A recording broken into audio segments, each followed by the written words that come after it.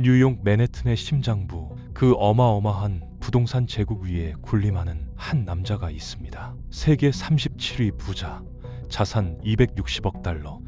그런데 이상하게도 금융계 밖에선 아무도 그를 모르죠. 대통령을 만나고 싶으면 언제든 만날 수 있는 권력, 전 세계 부동산 시장을 쥐락펴락하는 영향력을 가진 이 남자는 도대체 누구일까요? 스티븐 슈워츠먼, 블랙스톤 제국의 황제입니다. 오늘은 이 그림자 권력자가 어떻게 세계 최대 사모펀드 제국을 건설했는지 그 치열했던 이야기를 해보겠습니다. 삶은 경쟁이라는 걸 잊지 마세요. 승리에 익숙해져야 합니다. 슈워츠먼이 자주 하는 말인데 이 말 속에 그의 모든 게 담겨 있거든요. 하지만 그도 처음부터 승자는 아니었습니다. 평범한 중산층 가정에서 태어난 스티븐 앨런 슈워츠먼. 그의 부모는 전형적인 아메리칸 드림을 살아가는 사람들이었죠. 할아버지 때부터 이어온 생활용품 가게를 운영하며 땀 흘려 일했고 그 가게는 지역에서 꽤 성공한 편이었습니다.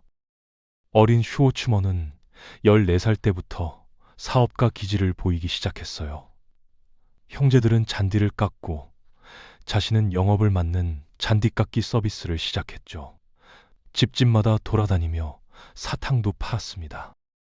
하지만 대부분의 시간은 아버지 가게에서 보냈어요. 시간당 10센트를 받으며 손수건을 팔고 커튼을 포장하는 단순 작업들을 했거든요. 할아버지가 아버지에게 물려준 가게. 아버지는 평생을 그 가게에 묶여 살았습니다. 젊은 슈워츠먼은 그 가게가 정말 싫었어요. 매일 똑같은 일의 반복, 자신의 능력에 비해 너무 초라한 일이라고 느꼈죠. 그런데도 가게의 성공을 보면서 기회를 포착했습니다. 펜실베이니아에서 잘 되는데 시카고나 뉴욕으로 확장하면 어떨까? 이 확장 계획을 아버지에게 가져갔지만 단칼에 거절당했어요. 아버지는 현재에 만족했고 더 큰 야망은 없었거든요. 슈워츠먼은 이해할 수 없었습니다. 어떻게 평범한 삶에 만족할 수 있지? 그는 제국을 건설하고 싶었고 그걸 위해 전쟁을 치를 준비가 되어 있었죠. 고등학교 때 학생회장 선거에 출마했고 대학 지원도 대담하게 했습니다. 하버드, 예일, 프린스턴에 모두 지원했는데 하버드에서 떨어졌어요. 그런데 이 청년이 뭘 했냐면 하버드 입학처장에게 직접 전화를 걸었습니다. 실수하신 것 같은데요 라고 말이죠. 결국 1966년 예일대학교에 입학했고 그곳에서 그는 남다른 모습을 보여줬어요. 발레 동아리를 만들었는데 당시 예일에서 남녀 학생들이 거의 교류하지 않는 상황이었거든요. 그의 동아리는 남녀를 연결하는데 큰 성공을 거뒀습니다. 268년 된 규정과도 싸웠어요. 여학생이 남학생 기숙사에서 시간을 보낼 수 없다는 규정이었는데 놀랍게도 그가 이겼죠. 물론 그해 학생 임신율이 급증했다는 후문이 있긴 하지만요. 어쨌든 그는 예일에서 굉장히 인기 있는 학생이 되었고 예일의 가장 비밀스럽고 엘리트적인 조직인 해골단에 초대받았습니다. 1969년 예일을 졸업하고 짧은 군 복무를 마친 후 마침내 꿈에 그리던 하버드 경영대학원에 입학했죠. 1972년 석사 학위를 손에 쥔 슈워츠먼.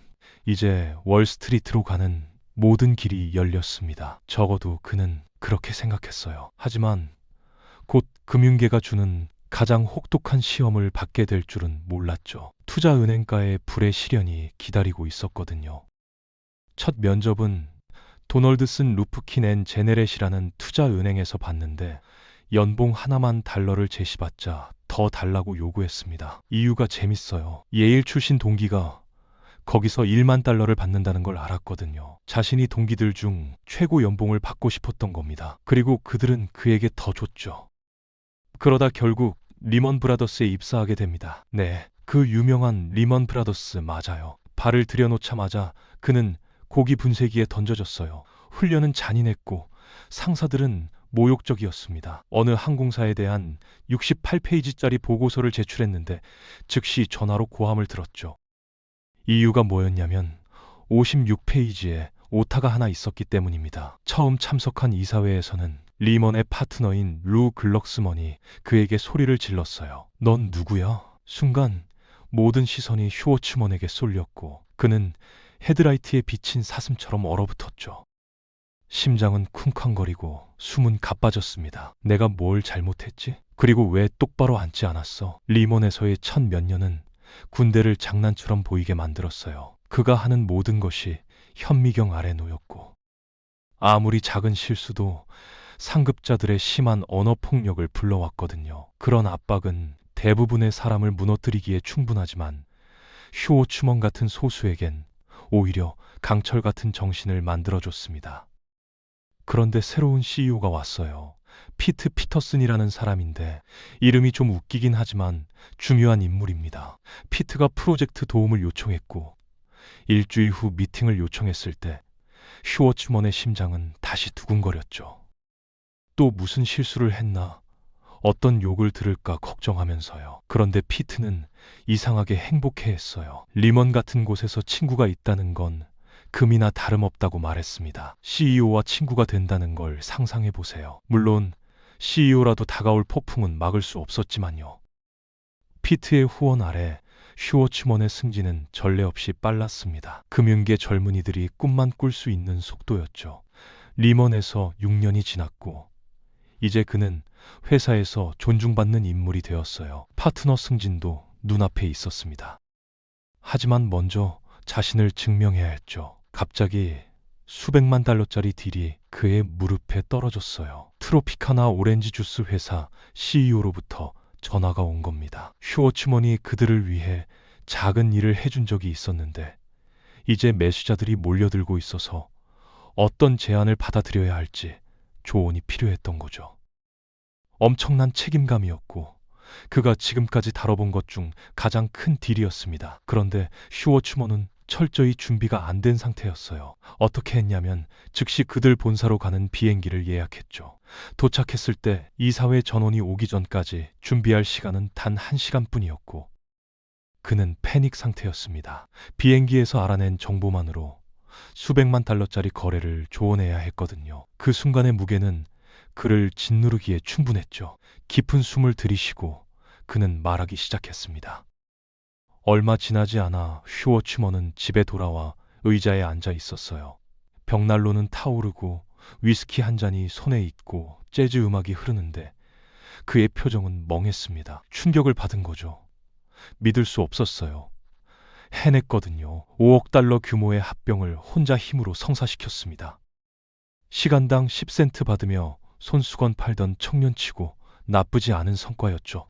거의 모두가 그 합병 핫샷에게 축하 전화를 걸었어요. 거의요. 네가 누구라고 생각하는 거야? 트로피카나를 파버렸어? 내가 인수딜을 진행하고 있었다고. 월요일에 해고야. 넌 끝났어. 리먼의 부회장이 격분했던 겁니다. 그는 다른 고객을 위해 트로피카나를 사려는 딜을 진행 중이었는데 이제 그게 날아가 버렸으니 말이죠. 월요일이 사형 선고처럼 다가왔습니다. 리먼의 부회장은 사무실로 폭풍처럼 들어와 피를 원했어요. 모든 시니어 멤버들과 회의를 소집하고 부정행위를 주장했죠.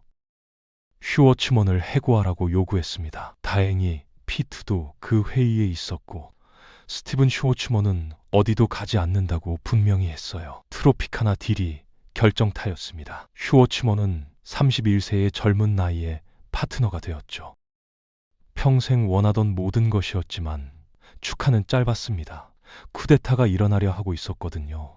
슈워츠먼은 CEO인 피트와 점점 가까워졌고 피트의 지도 아래 회사는 기록적인 해를 연이어 맞이했어요. 하지만 루 글럭스먼 기억하시죠? 그는 여전히 성질을 잃지 않았습니다. 유명한 사건 하나는 회사 전화기를 벽에서 뜯어내 거울을 깨버린 거였어요. 아, 월스트리트답네요. 루는 서서히 피트를 압박하기 시작했습니다. 먼저 승진을 원했고 피트는 그를 사장으로 만들었죠. 그 다음엔 공동 CEO가 되고 싶어 했고 피트는 또 들어줬어요. 그러다 마침내 루는 파이 전체를 원하기로 결정했습니다. CEO가 되고 싶었고 피트를 내쫓고 싶었던 거죠. 루는 피트 몰래 다른 파트너들을 끌어모았고 이제 때가 왔습니다. 그래서 피트는 루에게 마지막 남은 것을 줬어요. 10년간의 헌신 끝에 피트는 리먼을 떠났고 루는 새 CEO로 즉위했죠. 피트는 슈워츠먼에게 지쳤다고 말했습니다. 내전은 회사를 파괴할 것이고 어차피 경영하는 것도 지쳤다고요. 혁명가들이 이끄는 리먼은 루의 지휘 아래 일련의 나쁜 선택을 했고 몇 달 만에 심각한 재정 위기에 처했어요. 파트너들 중 누구도 감히 그에게 도전하지 못했고 그래서 벤은 전속력으로 빙산을 향해 나아갔습니다. 모두가 앞이 막다고 가장하는 동안 말이죠. 길게 말하면 복잡하니 짧게 하면 리먼이 파멸 직전까지 갔을 때 아메리칸 익스프레스가 나타나 인수했어요. 슈워츠먼이 중개한 인수였죠. 다행히 리먼은 다시는 그런 파국적 위기에 처하지 않게 됩니다. 슈워츠먼은 이제 리먼을 그 어느 때보다 싫어하게 됐어요. 38세. 마침내 자유의 몸이 되었습니다. 이제 그는 두 아이의 가장이기도 했죠. 정착할 때가 된 걸까요? 하지만 그는 너무 불안했습니다. 다른 회사에서 일할까? 그것도 아니에요.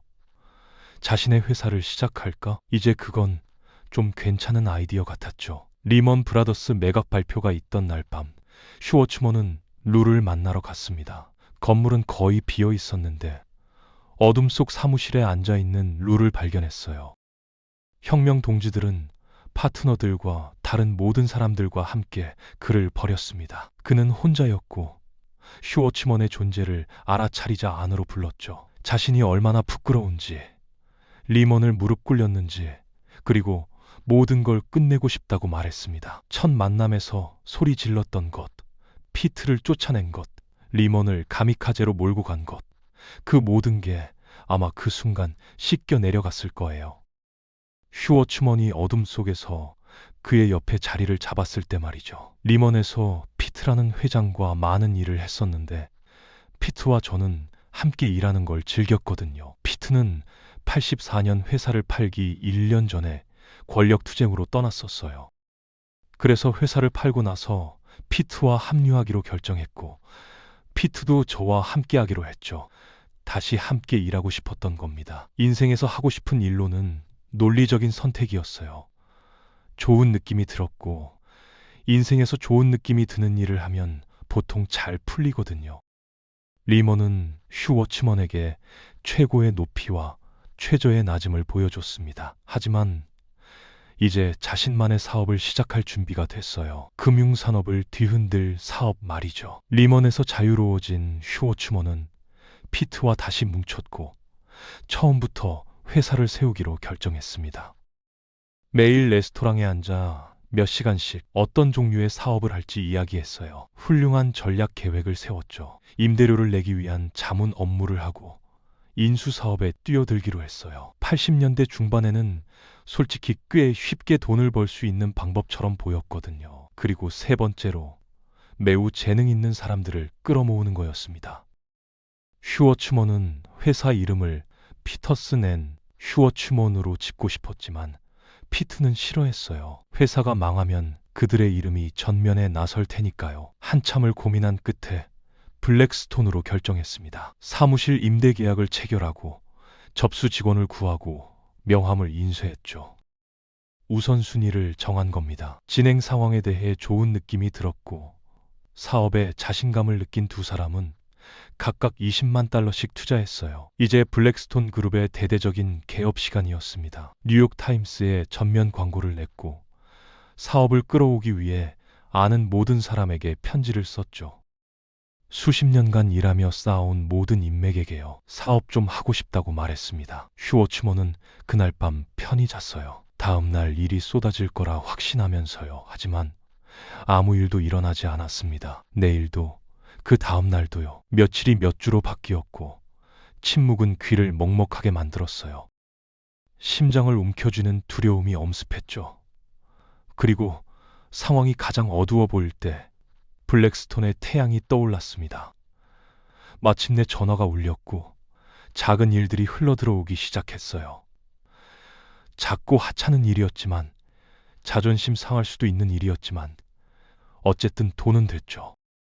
자문 업무가 불을 켜주는 동안 슈워츠먼은 더 큰 무언가를 위한 기회를 감지했습니다. 지금 하는 것과 완전히 다른 뭔가요. 너무 미친 생각이라 오히려 될 것 같았죠. 그래서 펀드를 모으는 사업에 뛰어들었습니다. 첫 프라이빗 에쿼티 펀드를 모으려고 했는데 얼마나 어려웠냐고요? 고통과 고난을 좋아한다면 정말 환상적이었을 겁니다. 상상해 보세요. 오늘날엔 있을 수 없는 일이에요. 투자를 한 번도 해본 적 없는 두 개인이 역사상 세 번째로 큰 프라이빗 에쿼티 회사를 만들겠다고 발표했고, 다른 어떤 첫 펀드보다 엄청나게 큰 규모였죠. 정신 나간 두 사람만이 좋은 반응을 받으리라 생각했을 겁니다. 야심찬 슈워츠먼과 피트는 이제 거대한 프라이빗 에쿼티 펀드를 론칭하고 싶어 했어요. 그런데 잠깐, 프라이빗 에쿼티가 뭘까요? 간단히 말하면 프라이빗 에쿼티는 회사에게 집수리가 같은 거예요. 실적이 좋지 않은 회사의 큰 지분, 종종 과반수 지분을 가져가서 고쳐주는 겁니다. 새 페인트 칠을 해주고 몇 년 후 이익을 내며 파는 거죠. MTV와 데님 반바지와 함께 프라이빗 에쿼티는 80년대의 대유행이었습니다. 펀드는 다른 사람들이 이 활동에 참여할 수 있는 방법이었고, 블랙스톤이 큰 움직임을 하기 전에 충분히 큰 전쟁 자금을 모을 방법이었죠. 집수리를 시작하기도 전에 말이에요. 작은 문제가 하나 있었는데 사람들을 어떻게 설득해서 투자하게 만들 건가였습니다. 시작했다고 발표를 했고, 그리고 끝없는 거절의 세계로 나아갔죠. 가끔은 그렇게 해보길 권장합니다. 자존심이 있었다면 사포 같은 거거든요. 끝에 가면 아무것도 남지 않아요. 초보자가 할 수 있는 모든 실수를 다 하게 되는데, 자신이 뭘 마케팅하는지도 거의 모르는 상태에서 가장 가까운 관계부터 시작하는 겁니다. 그들에게 가서 제발 날 구해줘라고 말하면 그들은 이 15가지 질문에 대한 답은 뭐야? 라고 묻죠. 답도 모르는데 말이에요. 결국 몇몇 투자자를 확보하긴 했습니다. 매트라이프가 $5천만 넣었고, 뉴욕 라이프가 $2,500만 넣었어요. 한 가지 조건이 있었는데 총 펀드 규모가 $5억 되어야 한다는 거였죠. 안 되면 빠진다고요. 영업은 가장 잔인한 분야 중 하나입니다. 차가운 거절의 연속이죠. 하지만 두 사람은 해야 할 일을 했어요. 도시를 돌아다니며 수많은 사람과 조직을 만났습니다. 6개월간의 영업 지옥을 겪고도 펀드를 위해 단 한 푼도 확보하지 못했어요. 누구든 흔들리지 않을 수 없죠. 자기 확신이 무너지게 마련이거든요. 리먼에서 시간을 보낸 결과로 우리가 기본적으로 가진 자산은 정말 많은 회사와 사람들을 안다는 거였지만, 그들은 모두 큰 회사들이었어요. 그래서 작은 자본풀을 가지고 있다면 제 파트너는 $5천만 배우고 싶어 했지만 저는 시간 낭비하며 배우지 말자고 했죠. 결국 얼마나 간절히 원하느냐로 귀결됩니다. 한계에 가까워졌을 때요. 그들은 당시 1위 금융업체인 프루덴셜 라이프와 미팅을 잡았어요. 금요일 뉴요크에서 최고 투자 책임자와 점심을 먹고 있었는데, 그는 횡으로 자른 흰 빵 위에 참치를 먹고 있었고, 저는 이 프라이빗 에쿼티 펀드를 열심히 홍보하고 있었습니다. 자문 수익의 일부도 공유할 수 있다고 말하면서요. 그는 계속 씹고 있었고 목에 아담 사과가 오르락 내리락 했죠. 저는 계속 제 할 말을 하고 있었고요. 샌드위치 첫 반쪽을 다 먹고 나머지 반쪽도 절반쯤 먹었을 때 그가 저를 보더니 말했습니다. 좋은 생각 같은데요. $1억 넣어주죠. 그 순간을 아직도 기억해요. 그가 정말로 $1억 준다고 말한 건가? 세계 1위 투자자가 그가 돈을 주면 다른 사람들도 따라올 거라고 생각했죠. 그냥 샌드위치 나머지에 목이 매지 않길 바랐을 뿐입니다. 슈워츠먼의 예측은 맞았어요. 필요한 건 하나의 크고 신뢰할 수 있는 투자자였죠. 그러면 다른 사람들이 몰려들어 투자할 거라고요. 그리고 그렇게 됐습니다. 결국 원하던 돈을 확보했어요. 이제 사용할 시간이죠. 슈워츠먼과 피트는 어떻게 거대한 그림자 제국의 부상을 촉진했을까요? 앞으로만 가고 싶습니다. 모든 금융 괴짜들은 알아요. 돈을 벌고 싶으면 먼저 돈이 필요하다는 걸요. 프라이빗 에쿼티에서는 특히 더 그렇습니다. $10억 PE 펀드로 전쟁 자금을 확보한 블랙스톤은 큰 물결을 일으킬 의도였어요. 상세한 분석을 사용해 집수리 전문가들은 기회를 찾아 지형을 스캔했습니다. 이제 빅보이 리그에 올라온 블랙스톤은 이익을 내기 위해 쓸 수 있는 완전히 새로운 종류의 수단들을 갖게 됐죠. 단순히 회사를 고치는 것뿐 아니라 큰 산업 플레이어들을 데려와 그들의 힘을 통합할 수 있었습니다. 1996년 블랙스톤이 당시 미국 2위 장례식 및 묘지 회사인 로런 그룹과 파트너십을 맺고 경쟁사를 사들이기 시작한 것처럼요. 먼저 로즈 힐스를 2억 4천만 달러에 사들였고 그 다음 로런의 최대 경쟁자인 프라임 서세션을 무려 9,500만 달에 샀습니다. 1997년 얼라이드 웨이스트에서도 똑같이 했어요. 먼저 얼라이드와 블랙스톤이 파트너십을 맺었고 그 다음 주요 경쟁사 중 하나인 브라우닝 페리스를 인수했죠. 이런 전략을 통해 블랙스톤은 산업을 형성할 수 있었고 항상 자신들의 말이 1등으로 들어오도록 만들었습니다. 한편 PE펀드에 투자한 사람들은 방관하며 행복하게 연평균 20% 이상의 수익을 즐겼어요. 이런 성공은 블랙스톤이 다른 PE펀드를 모을 때 해가 되지 않았죠. 투자자들이 때로 몰려왔고 1997년 블랙스톤은 거대한 40억 달러 PE펀드를 모았습니다. 닥치고 내 돈 가져가라는 분위기였죠. 하지만 블랙스톤의 가장 큰 족적은 부동산에 남았다고 할 수 있어요. 블랙스톤 리얼 에스테이트 인컴 트러스트, 즉 브레이스를 통해 블랙스톤은 세계 최대의 상업용 부동산 소유주가 됐거든요. 힐튼 호텔, 벨라지오 리조트, 번 레저 같은 수많은 유면수 건들이 있었습니다. 거의 30만 채에 달하는 미국 주택도 대량으로 삼켰어요. 최근 몇 년간 미국 집값이 치솟으면서 이제 거대 기업이 된 블랙스톤은 엄청나게 이익을 받고 브레이스는 609억 상당의 부동산을 보유하며 역대 최대 리츠 중 하나가 됐습니다. 하루에 400억 달러치의 부동산을 사고 같은 날 그중 200억을 파는 걸 상상해 보세요. 한 해 동안 팔린 부동산 중 역대 최고액은 100억 달러였어요. 우리는 하루에 누구든 했던 것에 6배를 한 겁니다. 블랙스톤은 모든 다른 프라이빗 에쿼티 회사들을 능가하며 오늘날 1천억 달러 규모의 거인이 됐어요. 야심찬 젊은이들이 결국 일하고 싶어하는 곳이죠. 급격한 성장과 함께 창업자들도 스타덤에 올랐습니다. 피트는 결국 은퇴했지만 휴워츠먼은 여전히 블랙스톤의 키를 잡고 있어요. 다국적 제국의 키를요. 그의 영향력은 광범위하게 퍼져 있고 오바마, 트럼프, 심지어 메르켈 같은 정치 지도자들이 그의 조언을 구했습니다. 휴워츠먼의 이야기가 보여주는 게 하나 있다면 뭘까요? 성공은 오직 피, 땀, 눈물로만 온다는 겁니다. 원한다면 투사의 끈기가 필요하죠. 아버지의 생활용품 가게를 쓸면서 더 많은 것, 훨씬 더 많은 것을 가진 삶을 꿈꾸던 소년의 끈기처럼요. 하지만 과연 이런 거대한 그림자 제국이 세계 경제에 미치는 영향은 정당한 걸까요?